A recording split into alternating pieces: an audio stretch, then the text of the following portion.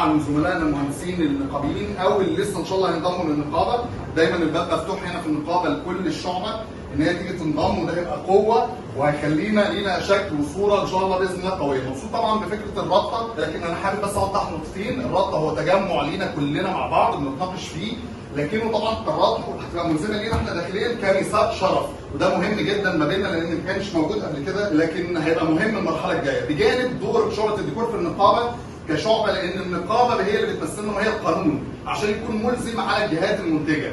فانا اتمنى ان زملائي اللي لسه مش نقابيين ان هم يجوا ينضموا للنقابه علشان يبقى حقوقهم مضمونه باذن الله. لو حصل اي حاجه نقدر نكون في ظهرهم، واعتقد ان في امثله كتير من زملائنا حصل ده فاحنا كنا موجودين معاهم.